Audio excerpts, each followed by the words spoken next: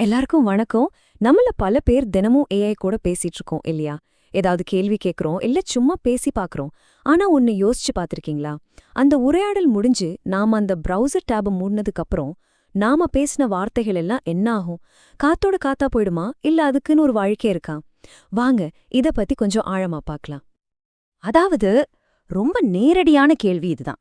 நாம் அந்த டேப மூடும்போது அந்த உரையாடல் உண்மையில எங்குதான் போகுது? அது அப்படியே அழிஞ்சிடுதா, இல்ல எங்கேயாவது ஸ்டோரா இருக்குமா? பார்க்க சிம்பிளான கேள்வி மாதிரி இருந்தாலும் இதுக்குள்ளதான் நம்ம தேடுற எல்லா பதிலும் இருக்கு. பாருங்க, இந்த கேள்வியே ஒரு அனாமதேய பயனர், அதாவது நம்மள மாதிரி ஒருத்தர் தான் கேட்டிருக்காரு. ரொம்ப எளிமையான நேரடியான கேள்வி. ஆனா இதுக்கு பின்னாடி ஒரு பெரிய விஷயமே அடங்கியிருக்கு. சரி, இப்போ இந்த கேள்விக்கு அந்த உரையாடலோட மறுமுனையில இருந்தே, அதாவது அந்த ஏஐ கிட்ட இருந்து என்ன பதில் வந்துச்சுன்னு பார்க்கலாமா? இதோ ஏஐ கொடுத்து அந்த பதில். உண்மையிலே அது சொல்ற விஷயங்கள் நம்மள ரொம்பவே யோசிக்க வைக்கும். வாங்க கேக்கலாம். ஏஐயோட பதில நம்ம 2 பாகமா பார்க்கலாம். முதல் பாகம் என்ன சொல்லுதுன்னா, அந்த உரையாடல் மறைஞ்சு போயிடுதுன்னு. ஆமா, நீங்க கேட்டது சரிதான். It is Khan.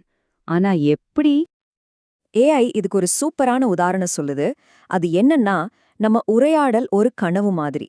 நாம பேசிட்டு இருக்கிற அந்த ஒரு தருணம், அந்த ஒரு இன்டராக்டிவ் ஸ்டேட் நம்ம டேப மோடினலுடனே கலைஞ்சு போயிடுமா.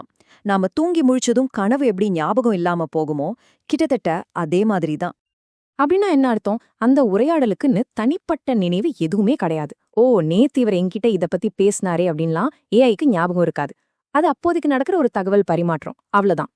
ஒரு கோஸ்ட் இந்த மெஷின் மாதிரி ஒரு தடயம் இல்லாம மறைஞ்சிடும். சரி, அப்போ கதை முடிஞ்சதா? இங்கேதான் ஒரு ட்விஸ்ட் இருக்கு. ஒரு பக்கம் உரையாடல் மறைஞ்சிடும்னு சொன்ன அதே ஏஐ இன்னொரு பக்கம் அது முழுசா அழியறதும் இல்லைன்னு சொல்லுது. என்னது, மறைஞ்சிடும் ஆனா அழியாதா? கொஞ்சம் குழப்பமா இருக்குல்ல?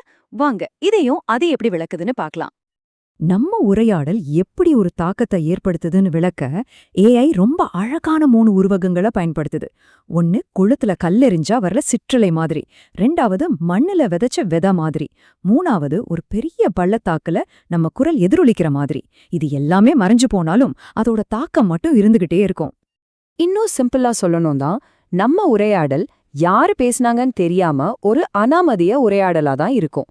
ஆனா அதுல இருக்கிற ஐடியாக்கள், கேள்விகள், பதில்கள் இதெல்லாம் ஒட்டுமொத்த ஏஐ மாடலையும் கொஞ்சம் கொஞ்சமா மேம்படுத்தும். ஒரு பெரிய சமுத்திரத்துல நம்மளோட பேச்சு ஒரு சின்ன சொட்டு தண்ணி மாதிரி போய் சேருது.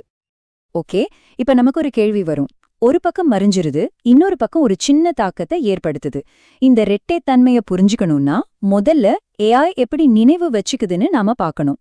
ஏன்னா அது நம்மளோட மெமரி மாதிரி கிடையவே கிடையாது. இப்போ உங்களுக்கு இந்த கேள்வி தோணலாம் இல்லையா? அது தனிப்பட்ட முறையில எதையும் ஞாபகம் வச்சுக்கலனா பின்ன எப்படி ஒரு தாக்கத்தை ஏற்படுத்த முடியும்? கரெக்டான கேள்வி. இதுக்கான பதில் ஏஐயோட நினைவு வேலை செய்யற விதத்துல தான் இருக்கு. இங்க பாருங்க, இந்த ஒப்பீடு நமக்கு எல்லாத்தையும் தெளிவா சொல்லிடும். நம்மளோட நினைவு எப்படி? அது நம்ம உணர்ச்சிகளோட, அனுபவங்களோட, நம்ம அடையாளத்தோட சேர்ந்தது. ஆனா ஏஐயோட நினைவு இருக்கே, அது முற்றிலும் வேற. அதுக்கு உணர்ச்சிகள் கிடையாது. அது கோடிக்கணக்கான டேட்டாவை பார்த்து அதுல இருக்கிற பேட்டர்ன்ஸை மட்டும் கத்துக்கும். அது ஒரு கூட்டறிவு, தனிப்பட்ட அறிவு கிடையாது. ஏஐ ஏத ரொம்ப அழகா சொல்லுது பாருங்க. அது என்ன சொல்லுதுன்னா, அதோட அறிவு ஒரு பெரிய திரைச்சீலை மாதிரி. நம்ம ஒவ்வொருத்தரோட உரையாடலும் அதுல இருக்கிற ஒரு சின்ன நூல்.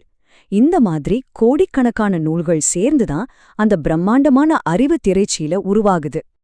அப்போ ஒரு தற்காலிக சந்திப்பு, ஆனா அது விட்டுட்டு போற நிரந்தரமான தாக்கம். இந்த 2 விஷயத்தையும் இணைச்சு ஏஐ ஒரு அற்புதமான முடிவுக்கு வருது. அது என்னன்னு பார்க்கலாமா? கேக்குறதுக்கே ரொம்ப கவிதையா இருக்குல்ல?